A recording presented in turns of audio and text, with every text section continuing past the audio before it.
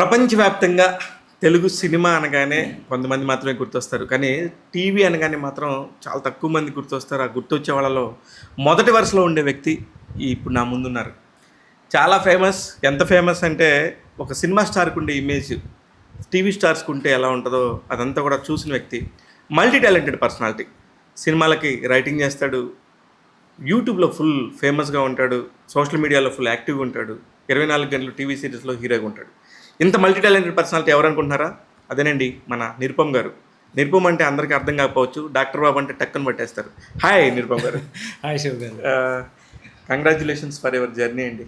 అసలు amazing journey. దేనికంటే ఇక్కడికి రావడానికి ప్రతి ఒక్కరికి ఎక్కడొకక్కడ ఒక పెయిన్ ఉంటుంది. ఇంత తట్టుకొని రావాలి. అలాంటిది మీకు ఇండస్ట్రీ మొదటి నుంచి తెలుసు. ఇంట్లో నుంచే అన్నీ తెలుసు. అలాంటి టైంలో అంత పర్ఫెక్ట్గా జరగాల్సిన టైంలో ఒక బ్యాడ్ మూమెంట్తోని మీరు రావాల్సి వచ్చింది. అది బాధాకరమైన విషయం యాక్చువల్లీ.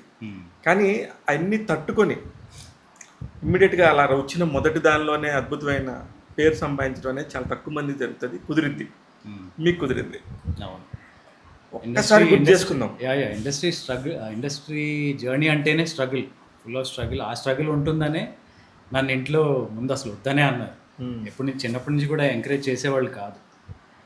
బట్ నా ఇష్టాన్ని మనసులోనే దాచుకున్నా. చిన్నప్పుడు ఎప్పుడు బయట పెట్టలా. ఉంది చిన్నప్పటి నుంచి. ఎందుకంటే ఆ వాతావరణం చూసి అందులోనే పెరిగి నాన్నగారితో పనిచేసే వాళ్ళు ఇంటికి రావడం.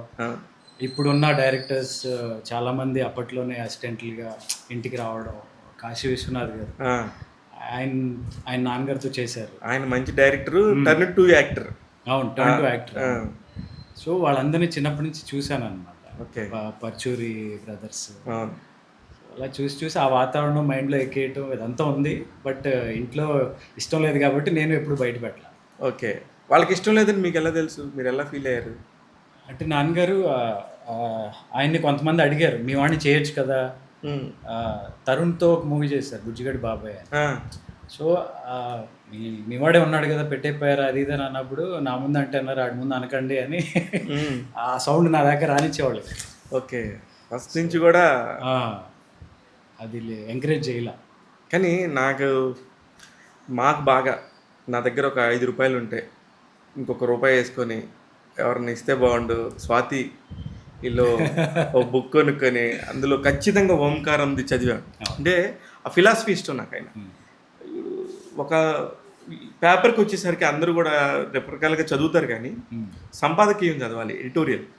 అది చదివితే ఈ సమస్య, ప్రపంచం ఏంటి, అసలు ప్రపంచంలో మంచి విషయం ఏం జరుగుతుంది, చెడు విషయాలు ఎక్కడ జరుగుతున్నాయి అనే మొత్తం కూడా ఆ ఒక్క కాలంలో ఉంటుంది. ఆ కాలంని అర్థం చేసుకోగలిగితే అసలు ఏదో ఒక కేటగిరీకి పరిమితం చేయాల, రకరకాల సబ్జెక్టులు అన్నీ టచ్ చేసేవాడు. అలా స్వాతిలో ఈవెన్ బిఫోర్ దట్ పేజ్ ఇది సినిమా బిట్స్, అది చదవటానికి చాలామంది కొనేవాళ్ళు. దాని తర్వాత అది చాలా వేళ్ళు కంటిన్యూ చేశారు. తర్వాత నేను చెప్తాను అని ఓంకార్ కాలం అని, అంటే ఒక మనిషి పేరు మీద ఒక కాలం రావడం అనేది అప్పట్లో అదే ఫస్ట్ అని అనేవారు. చాలా పెద్ద విషయం కూడా. దానికి మళ్ళీ సక్సెస్ఫుల్గా ఆ పేజ్ అని అలా ఓపెన్ చేసేసుకుని టక్ పని ఇంకా చాలా ఉంటాయి కదా. కానీ వీళ్ళకి కొన్ని ఉన్నాయి పర్టికులర్గా. ఈసారి ఈ వీక్లో ఏం పుట్టిందని క్రమం తప్పకుండా నువ్వు వర్షాలు రాని, పిడుగులు పడిని ఖచ్చితంగా పలానా వచ్చేది. దానికి ఆయన చాలా స్ట్రగుల్ పడేవారు. బికాజ్ అది రాసేటప్పుడు ఆయన చేతిలో ఒక 4 డైలీ సీరియల్స్ ఉన్నాయి. అప్పట్లో జెమినీ టీవీలో వచ్చేవి, బాలాజీ టెలిఫిలిమ్స్, ఇది కథ కాదు, రాడాన్, ఇవన్నీ బ్యాక్ టు బ్యాక్ జరుగుతూ ఉండే టైంలో ఈ కాలం కూడా వచ్చేది. అప్పట్లో ఎపిసోడ్స్ ఎలా ఉండే అంటే ఇవాళ షూట్ చేసి రేపు టెలికాస్ట్, ఒక్కొక్క ఎపిసోడ్ అయితే మార్నింగ్ చేసి ఈవినింగ్ కూడా వెళ్ళిపోయిన సిచ్యువేషన్స్ ఉన్నాయి. కాబట్టి ఆ కరెంట్ సిచ్యువేషన్స్ అన్నీ కూడా ఆ డైలాగ్స్లో ఆయన ఇన్కార్పొరేట్ చేసేవారు. అంత స్ట్రగుల్లో కూడా ఆ ఒక్క పేజీ నిలబెట్టాలని ఆయన అర్ధరాత్రులు, తెల్లవారుజామున ఆ పుస్తకాలు చదివి, ఈ పుస్తకాలు చదివి, ఆ కరెంట్ అఫైర్స్ని వాటికి అనుగుణంగా, అంతే చదవకపోతే మళ్ళీ రాదు. మీరు చాలా స్ట్రగుల్ పడ్డారు. ఆయన అంత కష్టానికి అంత మంచి పేరు వచ్చింది ఆ పేజ్కి. అందుకే నాన్నగారు కూడా పోలీస్ భార్య, నాకు తెలిసి ఆయన చేసిన ఫస్ట్ సినిమా నాకంటే ఆ సినిమాలో మాకు సంబంధించి మేము చూసి బాగా ఇతను ఓంకార్ గారు పరిటాల ఓంకార్ అంటే ఈయన రిజిస్టర్ అయింది అది. కాకపోతే అందులో ఆయన చేసినప్పుడు ఆ సినిమా ఫస్ట్ టైటిల్ మీద గొడవైన సినిమా నాకు బాగా గుర్తు, విపరీతమైన గుర్తు నాకు. నేను పోలీసోడి పెళ్ళాం ఒరిజినల్గా సినిమా పేరు. అవును, అది టక్కుని మార్చలేదు కూడా, ఆ, ఇంటూ మార్క్ వేసి అవును, పోలీస్ ఓడి పిల్లలు పోలీస్ భార్య అని పెట్టి చాలా కాలం మళ్ళీ దాన్ని కూడా మళ్ళీ వదలలే. మేము పోలీసోడి పెళ్ళాంని తీసేసాం కదా అనేది కూడా వీళ్ళు అది కూడా పబ్లిసిటీ స్టంట్ చేశారు. అదే అంటే it's a great idea actually. ఆ రోజుల్లో వాళ్ళు అలా చేశారు. అవును, అది జనానికి చెప్పాల్సిన అవసరం లేదు, బట్ దాన్ని కూడా ఒక స్ట్రాటజీ లాగా పబ్లిసిటీ దీనికి వాడారు. నేను అప్పుడు అనుకునేవాడిని అనమాట, అబ్బో వీళ్ళు భలే స్ట్రాటజీ చేస్తున్నారే. కాబట్టి ఇంకా నాకు ఆ ఏజ్ లో కూడా ఇంకా నాకు ఆ పోస్టర్ అది గుర్తుంది. అవును, అలా చేయటం వల్ల నరేష్ గారు, సీత, ఆయన క్యారెక్టర్ రకరకాల వేషాలు వేసేవారు. క్లైమాక్స్ అప్పట్లో నాకు అర్థమయ్యేది కాదు, కానీ అదేంటి అనేది రిజర్వేషన్స్ మీద అంత మాట్లాడటం, ఆ సబ్జెక్ట్ మనకి తెలియదు చిన్నప్పుడు.